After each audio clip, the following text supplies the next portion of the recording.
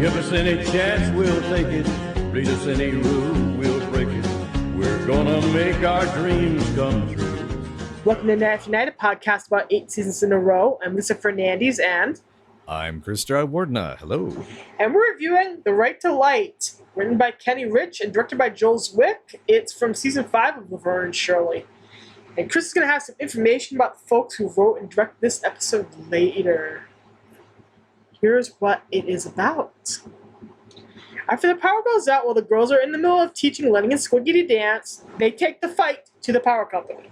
The man in charge of their account, aided by his beloved supercomputer Sophia, says the girls owe $25. An outraged Shirley refuses to pay for what she believes is an accounting mistake by the electric company and goes to an extreme to prove her point, chaining herself to Laverne and the two of them to a desk, protesting there overnight. Unfortunately, one Charles Medford McLean decides to go through with his threat to bomb the company, leaving dynamite in a paper bag behind. Will the girls survive? What do you think of this episode? Pop quiz, hotshot. You got yourself chained up to a giant supercomputer, and you've got yourself a bomb that's gonna go off in 10 minutes, and there's possibly a safe you could throw it into, and a phone that's just over there on the desk, and you're tamed to your best friend that you might get splattered to death and go to heaven at high velocity speeds. What do you do? Ask Keanu Reeves to take his shirt off. Oh, Oh, man. I like that was your immediate response. I love that. That's the best way to respond to a question like that. All you need is some shirtless Keanu Reeves, and the day is better. Yeah, I suppose. Yeah. No, it's an interesting episode. I remember when I first watched it, it felt so much like filler that I was almost a little overwhelmed by how much so. Yeah. And it wasn't until after doing the round of episodes we did in this bunch that I realized it's filler, but it's really good. It's really, really, really, really good. So we'll get into the details, but yeah, I enjoyed it. I like that it's split between a very like almost Monty Python style bureaucracy joke, with the whole scene with the clerk, and then just this complete gangbusters, well segmented, incredibly well executed physical comedy through the second half of the episode. Yes. I enjoyed this one for the simple fact that it's pretty much pure physical comedy. This is, once again, the show boiled down to its essence. This is Penny and Cindy putting their bodies on the line to a high degree. They're out there chained back to back to each other, trying to do all this stuff and really, really, really put forth the danger of the situation. And they do a pretty good job of that. This is the first time in the season where danger really feels like a threatening presence in this episode and in the show. Mm-hmm. This is one of those times where you really, really feel like something menacing might happen to the girls. It happens again in Moose Jaw Express, a two-parter that we're going to be reviewing later in the season. And it comes to us in probably a sadder way in the next episode we're going to be doing Why Did the Fire. But this is the first time where you really feel like, my gosh, the girls could blow up. Yeah, my note for that is, gasp, a mad bomber plot in my Laverne and Shirley. It's very B-movie. As you said, it's very B-movie. That was your first that was your initial reaction to the whole That was, yeah. Episode. It's very 70s B movie, because that was when there was all these airplane hijacker things and bomb threat things. I mean, Frankenheimer's Black Sunday had just come out a few years prior. So it's in the vein of that, especially for an episode probably done around 79, 80. Yeah, it's very a Dog Day Afternoon in a way. Yes, yeah. Only versus a robber, you have this little small, high-pressure situation where you have to get out of it or broke. The way the girls confront their mortality here is amusing, at least. It is. I love the... I was reminded of how we've talked about the girls in these moments of danger. There's this sort of romanticism from Shirley that's almost, it definitely feels a little on the, the more than friends side. It skirts the line of where does the line draw between platonic and romantic, where Shirley in this scene cries out, we have a chance to die together, Laverne, don't ruin this. Which is amazing weird thing to say. That's like a jaw dropper to blurt that out. Like, maybe she doesn't want to die. Mm-hmm. Maybe she doesn't want to die, Cheryl. Hello. Oh, goodness. And to think, all of this, they were fighting for gas, and it's like they could have just gotten themselves a burrito. Yeah. They're fighting for gas. They're fighting for power. They are nearly dying because a guy wants to help his supercomputer. This is a really weird episode if you think. Sit down and really think about it now. Oh, yeah. Let's sit down and think about this now. We have the guy who's really, really attracted to his supercomputer. Basically, he's in love with it. Mm-hmm. We have boys throwing themselves at the girls after they try teaching the monkey and the jerk. Mm-hmm. And we have that whole scene where the girls are chained back to back, and Shirley asks Carmine to hand her the peanut butter, and he thinks bad thoughts. Yeah, So, I have this recommendation thing, the thoughts here. Chain, lock, peanut butter. Let's see. Yeah, while your mind sachets down Smut Lane. Yeah, I'm having bad thoughts again. Yeah, it's like hit him harder was my response to. Carmine's and in this spate of episodes, Carmine is very nice to Shirley. You get season 5, Carmine has been pretty good to her. He has. I have to admit. I mean, he's given another private dance lesson to some divorcee hussy, but you know. Yeah, but it means nothing to him. And judging from the episodes that we get later in the season, it feels like it means nothing to him. Versus Lucille when he's banging her. I mean, future me can bleep this out, but I do still have the no goddamn gigolo motherfucker. I am going to be Team Carmine for at least this season and probably next season. Well, most of next season, maybe season 7 too. He doesn't do very much wrong until we get to season 8. And I have to admit, I have to agree. This is. We have seen a better bunch of Carmine recently that it feels like Bizarre World. We're gonna cover this a little more in a couple episodes from now, but yes, we will. Oh my goodness, yeah. I still love the fact that he made the sandwiches for him, which I thought was kind of like that's cute. He made Cheryl's favorite strawberry jam and mashed nanas, which is so cute. God, that's so cute. And then it's dynamite. Yeah, it's dynamite. That good, huh? That good, huh? Oh my gosh. The whole opening scene here is terrific. Mm-hmm. By the way, in case anybody was wondering, and you have DVDs of the show, and you watch the show along with us, and you're going, why am I hearing 70s pornographic music instead of the monkey or the jerk? Right. It is my solemn duty to inform you that you actually do hear the monkey on the original broadcast airing of this episode. Yes. In the syndication version that I have, it aired that way. In the TV Land and Nick at Night version, that it aired that way. So you get dicked over on the DVD again. Yeah. Yeah. The music sounds like to me like the opening credits track to like an Eddie Romero Filipino action movie, like strapped babes in the jungle with, guns fighting revolutionary armies, attacking the juntas. Wonder Women. Wonder Women. It's very Wonder Women. Yeah, Wonder Women, Black Mama, White Mama. God, what else did he? I mean, Eddie Romero also did all the ones with the 3 Bs, the blood, beasts, and boobs and all that. But anyway. Yeah. But anyway, so we've got it's a really good opening. I love the cuteness of the boys. The monkey on one side and the jerk on the other. Hello. It's a great that's a great hello game. My mom loved the Ginger Rogers and Fred upstairs. I love that line too. That's probably one of my favorite squeaky mouth props ever. It's just so cute. Oh, that was a Lenny one. That's right. That is Len. It is Len. Shit, I thought it was Squiggy. But it's not. You can believe that too. It's Fred upstairs. And then they're both outraged that Carmine wants them to give him money. Right. So he can eat. Well, Carmine does have this thing about eating. Yeah, and I suppose that's true. He shouldn't let it go to his head is Squiggy's response. I love that. Just nailing the wall. And when he put his little head on Laverne's shoulder to convince her to do this for them. She did put a Kleenex there first. Yes. Yeah. Well, she doesn't want to get her blouse greasy. I mean, Yeah. Washed his hair first. but it shows that she's vulnerable to his begging. Mm-hmm.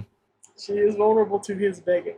You gotta wonder how much of that comes from the stories that she learned of him from Visit to the Cemetery, because goodness gracious, that poor guy. Yeah. Well, she knows he's always liked her a little bit. That too. She's always known. Yeah. So this is just a part and parcel of how they interact with each other.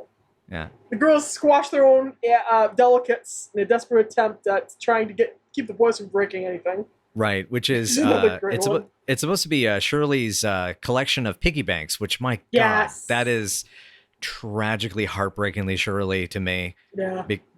Can you imagine how many times her dad stole from those piggy banks and got her God, no, sad. or gave them to her so that he had a stash of money that he could steal from? Oof, sad. That is sad making. No. I'm sorry. I this is what I do. This is what I do. You know you love me for this.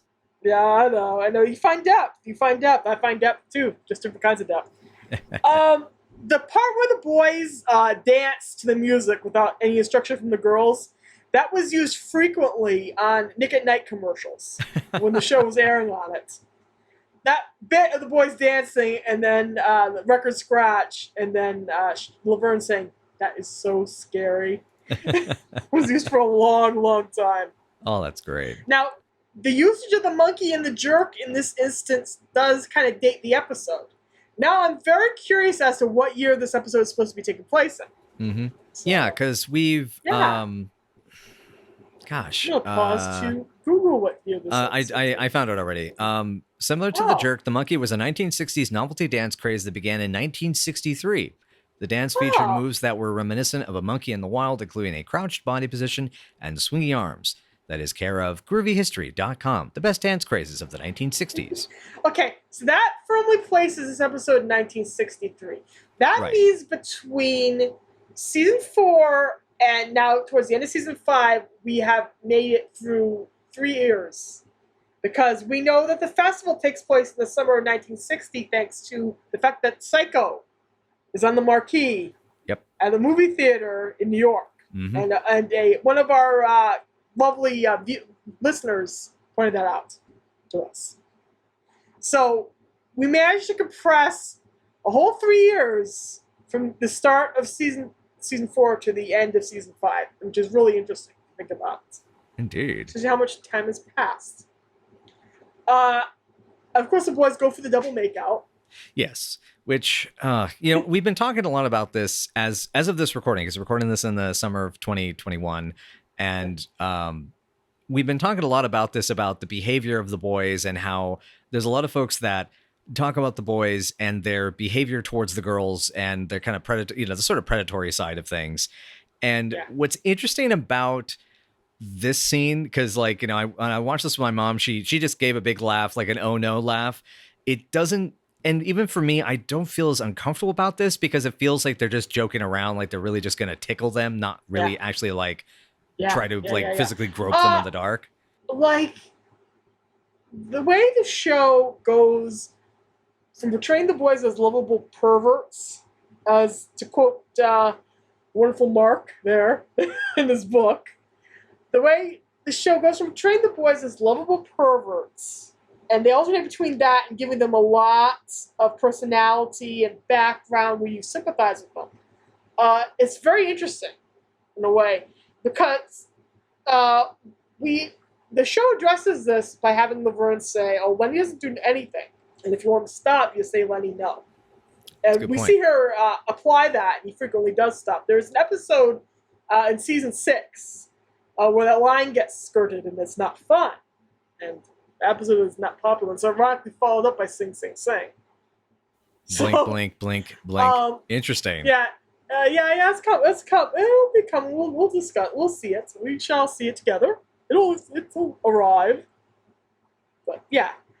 The problem with the way other people see the boys versus the way the show portrayed them is that you always get the sense that the girls can murder them if need be. Specifically Laverne. Laverne could wipe the floor with both of them. So when stuff like double makeouts happen, you know that she could basically break both her arms if she had to. So that's why it's probably less threatening to viewers, or why they find that stuff funny, or they found that stuff funny. That's just right, me. right. That's my little estimation. Yeah. Anyway, it's something that came. Yes. We've been talking about. It's been on my mind a lot, and this particular scene just kind of gave me pause and thought about that. Yeah. It's not. They don't always go there. So They don't always go there. By pushing the boys that far in that direction. But shout out to the group chat once again. Shout out to our group chat. So then, I guess, that in terms of synop, that gets us into the actual scene at the power company, and we're introduced to kind of the two major guest characters, the two only guest characters, I should say, the bomber and the man who will become the bomber, the Fruit Loop, and the clerk. Yes. And it's interesting, there is a fine-tunement to the timing of this sequence that I'm just absolutely like flabbergasted by, to be honest. It just kind of, I think it's kind of hard exactly to define, but one of the things I notice is how the timing of people listening for each other and listening to their cues and responding to one another in the scene is really incredible, and how, like Cindy particularly just completely owns the whole conversation at the desk, and exactly. You have these moments where she's just kind of elevating and then tries to calm down and keep herself calm. And then, it ramps up again, then it calms down. It's some really stellar work. And it's really cool that they were able to have an actor who has already appeared in the show, once before, and bring him into a completely different role as the clerk, as the man at the company. What is it? Utilities don't care about people, and, it's no pun intended. It's a dynamite scene. Yeah. I freaking love the performance given by the actor who plays Charles Medford McLean.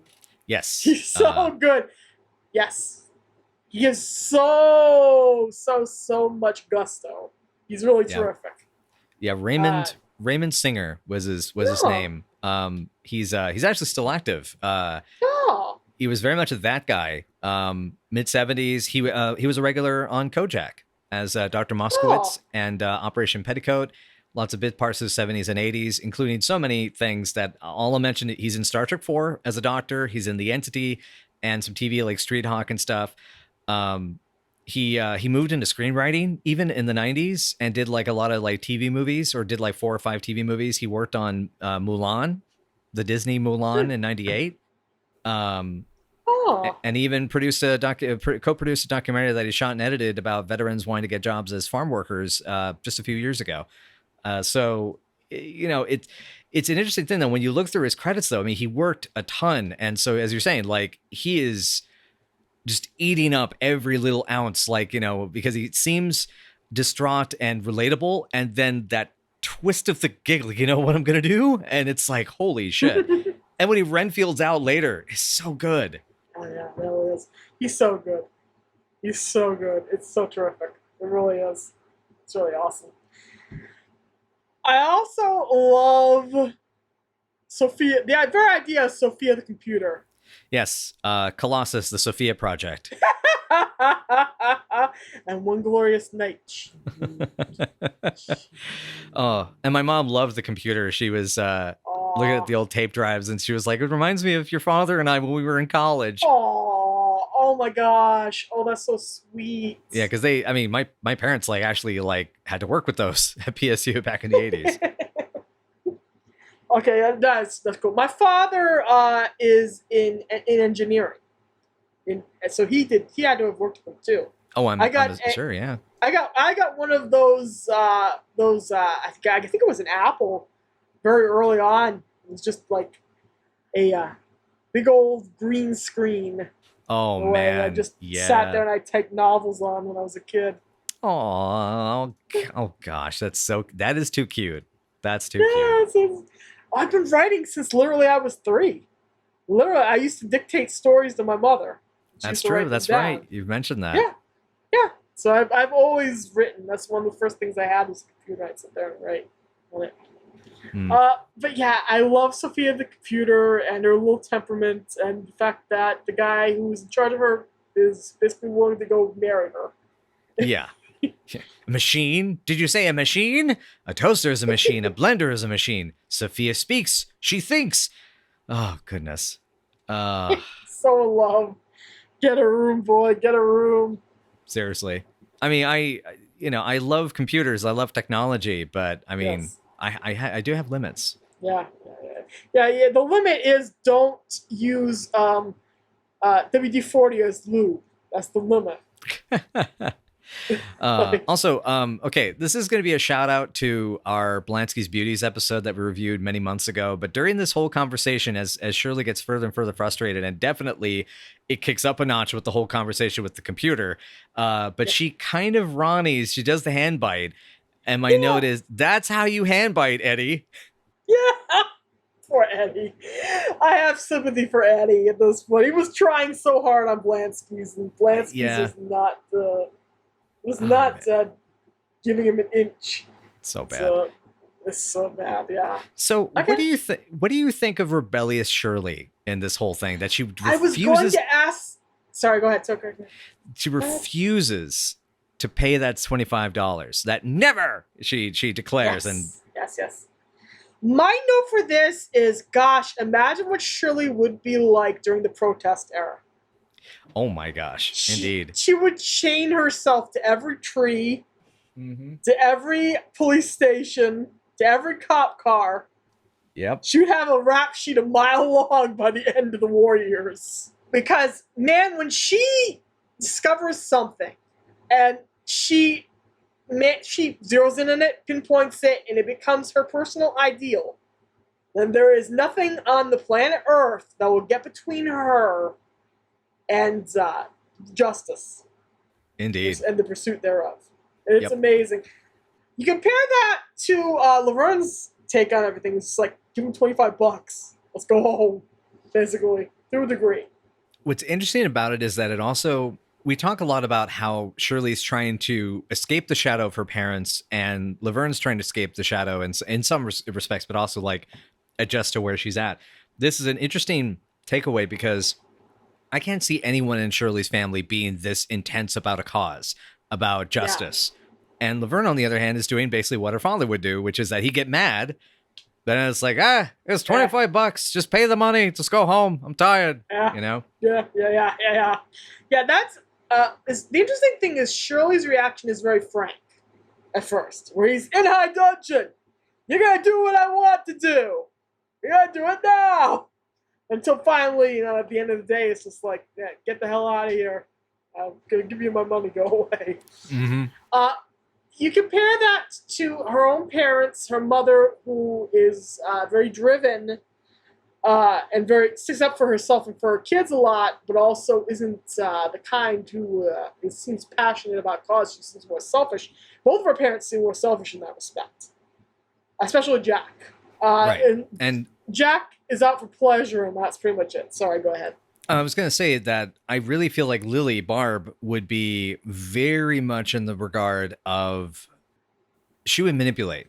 She would find a way to use everything that she could to manipulate the system. And so she would get what she wanted, but she would do it in a way that crushes her enemies.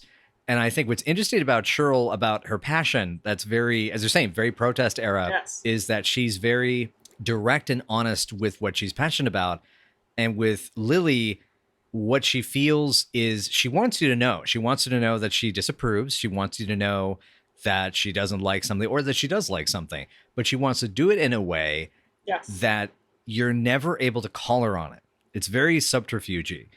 And it's kind of like a crime boss in some ways. You know that I'm the guy behind the drugs in the city, Black Dynamite, and I sell drugs to the community. But you're never going to be able to call me out in public. Black Dynamite, I sell drugs in the community. Gosh. I love Cedric Yarborough. He's fabulous in Reno 911. Reno's coming back, too. That's right. Oh, my God. That's why he looks so familiar. Yeah. Oh, my God. He's Jonesy. Oh, my God. Reno 911. He's Jonesy in that, and he is also in the Goldbergs on a recurring basis. And he also appeared in that Mini Driver sitcom that lasted 2 seasons, which the name of it is escaping me. But it was recent. Anyway, back on track. So yes, back on track. Sorry. So the scene though, we'll this is a good. So before we jump away from the clerk, because we're going to be probably jumping off of that scene in a second. So the actor here, as mentioned before, we have seen him before on Laverne and Shirley. This was Mr. Marshall Stewart, who I believe was the husband of the stuffy woman who accused the girls in Society Party of stealing the dresses. Yes, that's who it is. That's so cool. That's so cool. He has one more appearance in the show. It's a rather infamous episode. We'll hold off on details about that for now. But I did want to mention a couple things because, we're now doing all these more in-depth notes about actors and crew and etc. But this guy had an amazingly long and prolific career. His first on-screen role, according to IMDb, is on an episode of Hey Landlord of all things. And he ended up getting some gigs in like 5 Easy Pieces, Beware of the Blob, also with Cindy Williams. And one we haven't mentioned in a while, Billy Jack. Gasp. Oh, Billy Jack. This show's connections to Billy Jack and Phantom of the Paradise are really heavy and really interesting. It really is cool in a way. It is. I'm not complaining. Yeah, me either. I think it's awesome. But yeah, so after moving to TV movies and TV shows in the mid to late 70s, Richard Stahl, seen here in The Clerk, as the clerk, he stayed in TV, it looks like, for much of his career. He would get like a role in like High Anxiety as Dr. Baxter, which I think I vaguely remember. I think that's the one who's gone quackers by the time Mel Brooks gets there. I think so, yes, too. And he also was in Overboard as another small part. And he had a whole bunch of other different appearances. We'll finish up on the notes there when we get to his final episode, which will be in the dreaded, the oncoming, the ominous Season 8. Season 8. Nuts with pickles. Anyway. Squiggle Go for it. Anywho, same stall, 3 hours. Oh my God. And then Laverne doesn't even go because she doesn't have a book to read, which I relate to. Yes, very good Laverne. I relate. I love that Carmine does go to the lengths of the strawberry jam and mashed nanas. And I wonder what he made for Laverne. I bet she doesn't know Laverne's favorite sandwich. It's possible that he might, though. But, yeah. Maybe it's like, I don't know, bologna and pizza sauce or something, pizza sandwich. I think that they actually address what her favorite is. I think it's not tuna fish, but they actually mention this at some point. They do mention this at some point. I love the sashaying down Smut Lane and horny Carmine thinking filthy thoughts about the girls being tied together and covered in peanut butter. Oh, Carmine. Filthy, filthy, filthy, filthy, filthy, filthy, filthy, filthy. I love it that Shirley declares her intent by shouting that she's going to the bathroom, too. It's just like, we're going to the bathroom. God. Yeah, there are so many little zinger winner lines throughout this episode. Yep. I love that Laverne actually tries to bite through her chains with her teeth because she can bite through bottle caps. She can untwist bottle caps with the teeth. Right. She's so much braver than me. Ow, ow, ow. God. Can you imagine? Oh yeah. Oh no. I've bitten into metal before for reasons, and not a fan. My teeth still like to remind me about that. Hey, remember when you bit in that metal? That sucked. Our nerve endings still remember that. You're terrible. Also, speaking of, we mentioned Psycho earlier. There is a reference to the Psycho shower scene here, and yes. And because for people who haven't seen the episode, that's where Shirley is trying to say that, in a moment of intense fear and stress, that people can get superhuman strength, like the woman who lifted the car off her baby, and so she's trying to scare Laverne and goes, "Boo, boo, the shower scene in Psycho," and Laverne just like reaching over, just pat, smacking her on the cheek. Yep. I love how the two of them just fluctuate through thinking they're going to get through this by any means necessary to. They're going to die. They're dying any minutes. When Shirley started singing When Shirley started singing Swing Low, Sweet Chariot, do you remember what I said to you? I can't remember, actually. I'm kind of amazed. I made a Spaceballs reference. She's a base. You did. You did. Oh, goodness. Nobody knows the trouble I've seen. That's what Princess Vespa sings when she's stuck in the jail cell. That's why I said she's a base. That's why I made that Barf reference. That's what he says. My gosh. Yeah. Oh, now I get it. Yeah. Oh, connections. I remember I've only seen Spaceballs 3 times. So. So you saw one of them. Saw with me, I think once. I think. Yep. That was time number 3. Yeah. Yes. Okay. Anyway, so my brain's not made out of peanut butter, like Carmine's desire for women chained back to back. God, speaking of Carmine, I love you can hear Eddie's laugh through much of the second half of the episode. He is definitely in the audience, and he is eating up that whole scene. Yeah. And if I recall, you can hear Michael in a couple places too in this one. Yes. You can tell that there are several times where Michael and David and Eddie all contributed to the laugh track. Because if you have ever heard either of them actually laugh in a blooper, you know what the laughter sounds like. And you can kind of hear them if you really, really listen closely. So yeah, you can definitely hear them. At one point, Michael really loses at something that the girls do. I can't even remember what the specific stunt was, but he loses it completely. Yeah. You even mentioned this because we've already done that episode, and I can't for the life of me remember it. Oh well, but those are the things you regret. But we've had a good life, phones, refrigerators. We've enjoyed most of life's appliances. By the way, Shirley is racing through the 5 stages of grief here. Yeah, if you want to think about it, denial, acceptance, bargaining. She bargains with God. She goes through all of them. That's hilarious. That's a tour de force from Cindy. She does real good. Oh yeah, she does real good. Yeah, she's fantastic. Yeah, and I do love Laverne trying to deep voice sweet talk the computer, and then just finally smacking the thing, and she basically does a Fonzie and gets it to just spit out a bunch of paper.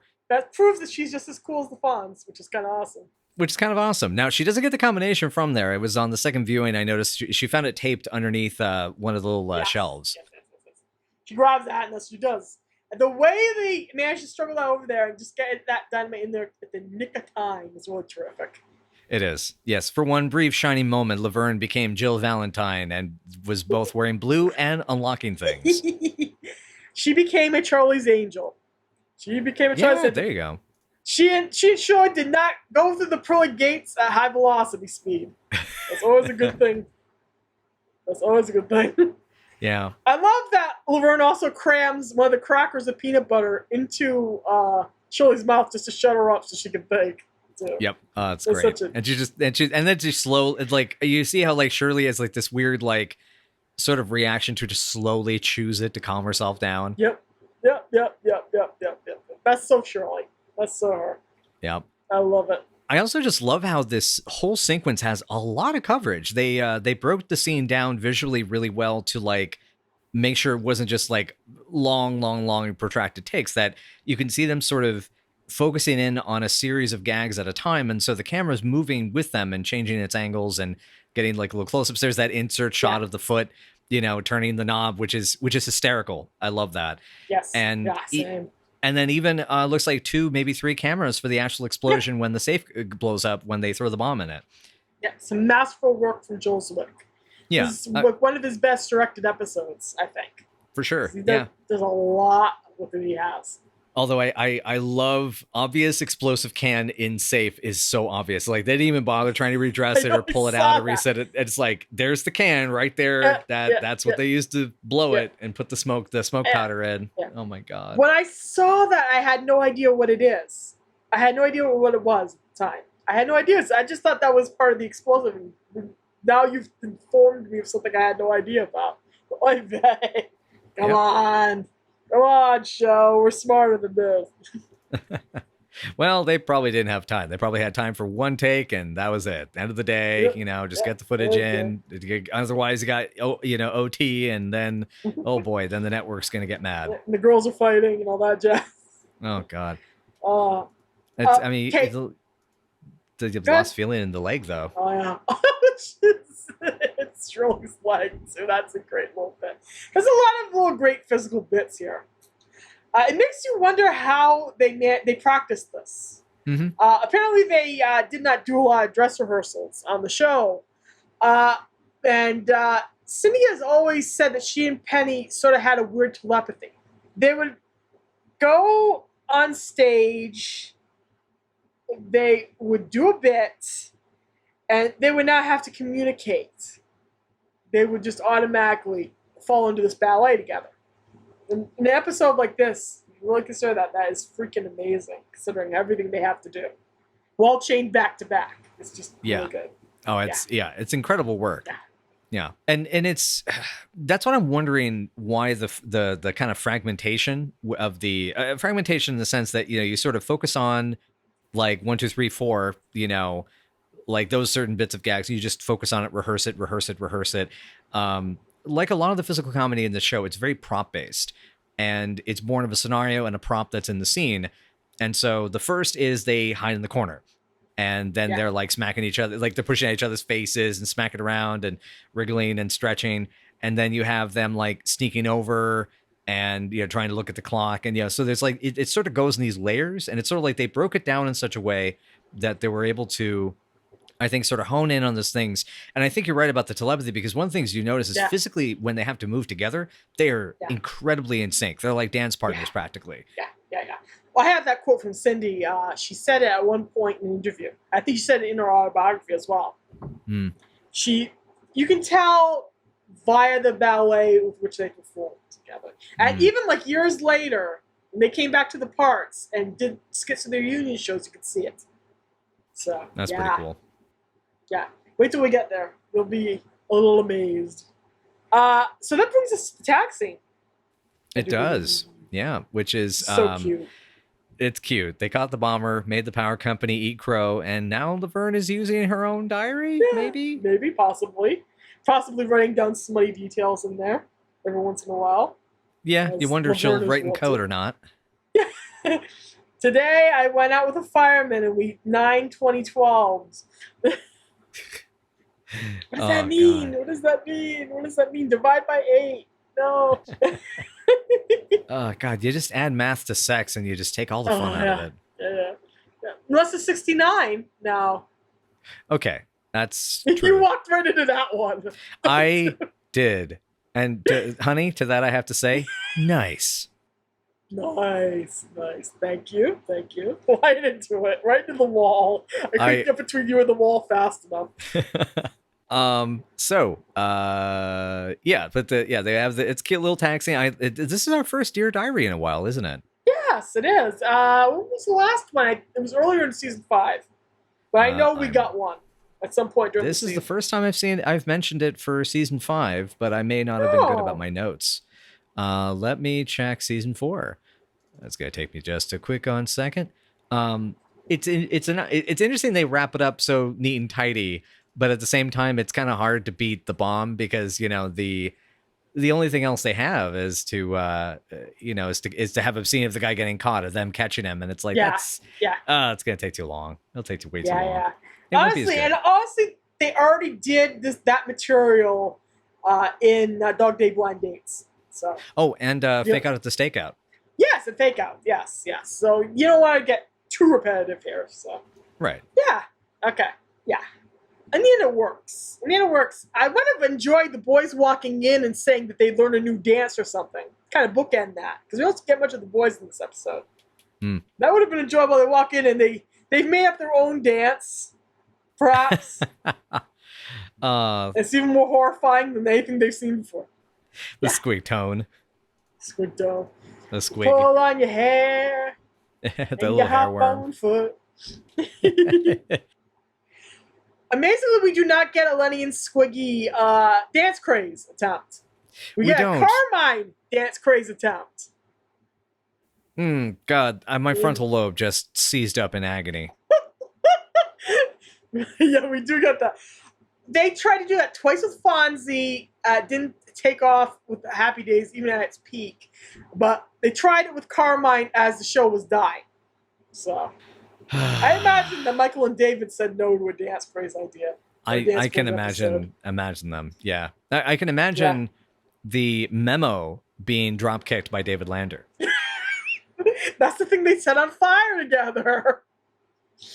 Yep. That's the one that script it was. Yes, also, it was Laverne and Shirley Go to Night School is the last time I have the diary mentioned, which is episode 6, season 4. Wow, that's a long time ago. It is. That's a long time ago. Many episodes. Interesting. So they tried to move away from that more into season 4 and 5. Interesting. Very interesting. It's also interesting to see the diary used here because the moving into kind of the tail end here is the behind the camera. The writer wasn't one of the writers from any of the earlier seasons. This is this episode was written by Kenny Rich, who had story by credit for testing, and worked on a few things in the 80s and never did anything again. And and just basically saw the credit on this and testing, that's it. So, I mean, I couldn't even find anything else about the guy, past an episode of Webster. And so I'm kind of curious if like that was one of the reasons that was used was because it's very functional as an ending, as a tag scene, for that reason. So possibly, very possible. Yeah. I think ultimately it ends up working out. When you put when you put in a Dear Diary tag scene, it's very cute. It's very emblematic of the show, and sometimes it really works to sum everything up. I think it also works really well with the punchline they give it. With the "we should have paid the $25." We would have done it all again, and Laverne's like, "Nope." Yes. I think that's a great punchline. No, thank you. We're done.